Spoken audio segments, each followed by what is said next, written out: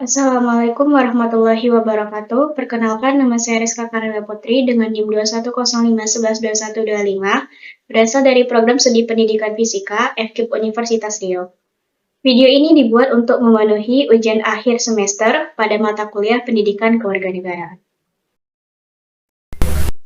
Baik, langsung saja untuk menjawab pertanyaan pertama, yaitu jelaskan kontribusi atau sumbangan mata kuliah pendidikan kewarganegaraan dalam mengembangkan kepribadian mahasiswa program studi pendidikan fisika Universitas Riau.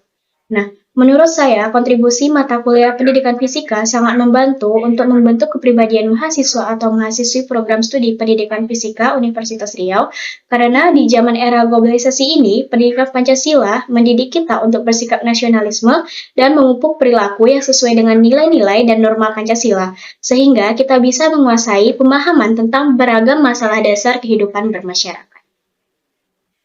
Selanjutnya, pertanyaan kedua yaitu, apa target saudara pasca mendapatkan materi pendidikan kewarganegaraan di perguruan tinggi? Hubungkan dengan komitmen upaya pemberantasan korupsi. Idealnya, tujuan pembelajaran pendidikan kewarganegaraan harus secara tegas mempresentasikan ideologi Pancasila.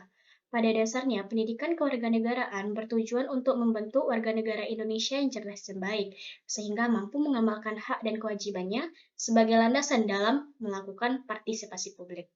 Sesuai dengan Pancasila dan Undang-Undang Dasar 1945. Dengan mempelajari pendidikan kewarganegaraan, kita sebagai mahasiswa sebagai generasi penerus bangsa diharapkan mampu menerapkan nilai-nilai Pancasila dalam kehidupan sehari-hari, yang mana nantinya kita akan terhindar dari perilaku tercela seperti melakukan tindakan korupsi. Selanjutnya beralih ke pertanyaan ketiga, yaitu bangsa Indonesia sebagai bangsa yang hidup bersama-sama dengan bangsa lain di dunia harus memiliki identitas nasional. Mengapa identitas nasional itu penting bagi bangsa Indonesia? Sebutkan salah satu identitas nasional bangsa Indonesia dan jelaskan alasan bangsa Indonesia sepakat untuk menggunakan sebagai identitas nasional. Nah, ada beberapa alasan identitas nasional penting bagi bangsa Indonesia. Yang pertama, identitas nasional sebagai pemersatu bangsa, seperti yang kita ketahui bahwa Indonesia memiliki banyak keberagaman dari suku, budaya, bahasa, dan lain sebagainya. Dengan adanya identitas nasional lah, yang nantinya bangsa kita tidak akan terpecah belah. Alasan kedua yaitu sebagai ciri khas suatu bangsa yang membedakan bangsa Indonesia dengan bangsa lain. Salah satu identitas nasional bangsa Indonesia yakni bahasa Indonesia, sebagaimana yang terdapat dalam Sumpah Pemuda yakni menjunjung bahasa persatuan, bahasa Indonesia. Indonesia menetapkan bahasa Indonesia sebagai bahasa persatuan karena bahasa daerah di Indonesia sangat beragam. Agar komunikasi antar daerah tetap terjaga, maka diperlukan satu bahasa, yakni bahasa Indonesia, sebagai bahasa nasional, dan bahasa Indonesia itu dianggap sebagai pemersatu bahasa daerah yang ada. Selanjutnya memasuki pertanyaan keempat, yakni carilah satu kasus berkaitan dengan masalah demokrasi yang terjadi di Indonesia menurut Anda. Uraikan kasus tersebut dan berikan pandanganmu tentang perkembangan demokrasi di Indonesia saat ini dengan persoalan keberagaman.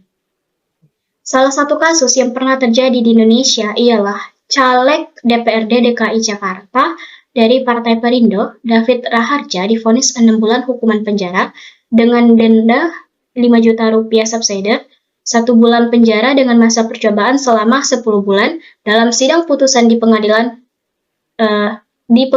Negeri Jakarta Utara pada 22 November 2018. David terbukti telah melakukan politik uang yang mana melanggar pasal 523 ayat 1, pasal 280 ayat 1 Undang-Undang Nomor 7 Tahun 2017 tentang pemilu saat berkampanye di Sukapura dan Pengangsaan 2 Jakarta Utara pada 23 September 2018. Saat itu ia membagi-bagikan minyak goreng kepada warga. Nah, kondisi masyarakat yang beragam yang menyebabkan keberagaman kepentingan rakyat, di mana nantinya demokrasi Pancasila merupakan solusi untuk mengatasi berbagai problematika yang menyangkut keberagaman dan perbedaan di Indonesia. Baik, selanjutnya memasuki pertanyaan kelima, yakni jelaskan masalah kewarganegaraan di Indonesia terkait dengan keberagaman hubungan antar agama, suku, ras, dan antar golongan. Cari satu kasus. Uraikan kasus tersebut dan berikan pandanganmu terkait keberagaman di Indonesia saat ini. Salah satu konflik antar suku yang pernah terjadi di Indonesia ialah tragedi Sampit. Tragedi Sampit adalah konflik berdarah antar suku yang paling membekas dan bikin geger bangsa Indonesia pada tahun 2001 silam. Konflik yang melibatkan suku Dayak dengan orang Madura ini dipicu banyak faktor. Di antaranya, kasus orang Dayak yang diduga tewas dibunuh warga Madura hingga kasus pemerkosaan gadis Dayak. Warga Madura sebagai pendatang di sana dianggap gagal beradaptasi dengan orang Dayak selaku tuan rumah. Akibat bentrok dua suku ini, ratusan orang dikabarkan meninggal dunia. Bahkan banyak di antaranya mengalami pemenggalan kepala oleh suku Dayak yang kalap dengan ulah warga Madura saat itu. Pemenggalan kepala itu terpaksa dilakukan oleh suku Dayak demi mempertahankan wilayah mereka yang waktu itu mulai dikuasai warga Madura.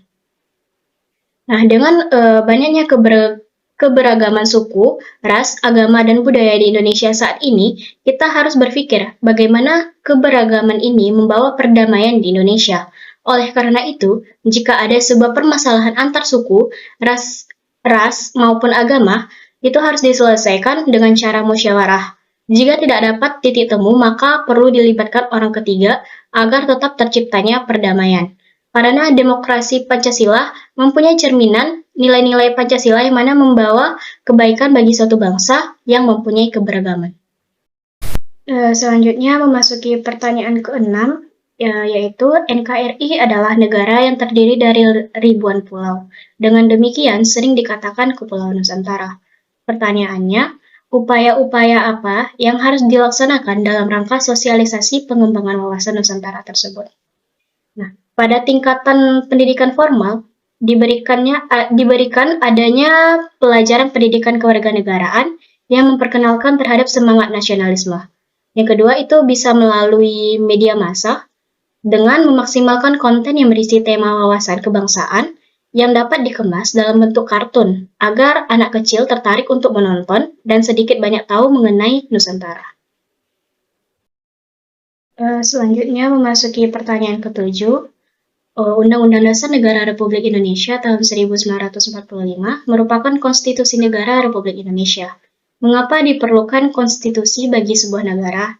Mengapa Indonesia melakukan amandemen terhadap Undang-Undang Dasar 1945? Jelaskan.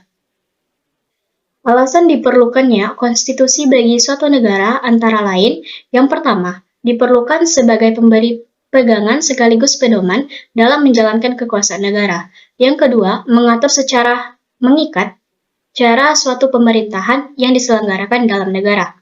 Yang ketiga, sebagai arahan untuk mewujudkan tujuan dan cita-cita negara. Ada 5 alasan dilakukannya amandemen terhadap Undang-Undang Dasar 1945. Yang pertama, untuk menyempurnakan aturan dasar mengenai perlindungan maupun jaminan HAM. Yang kedua, dapat menyempurnakan aturan dasar mengenai tata negara. Yang ketiga, untuk menyempurnakan aturan dasar mengenai pelaksanaan ataupun kedaulatan rakyat. Yang keempat, melengkapi aturan dasar yang sangat penting dalam penyelenggaraan negara.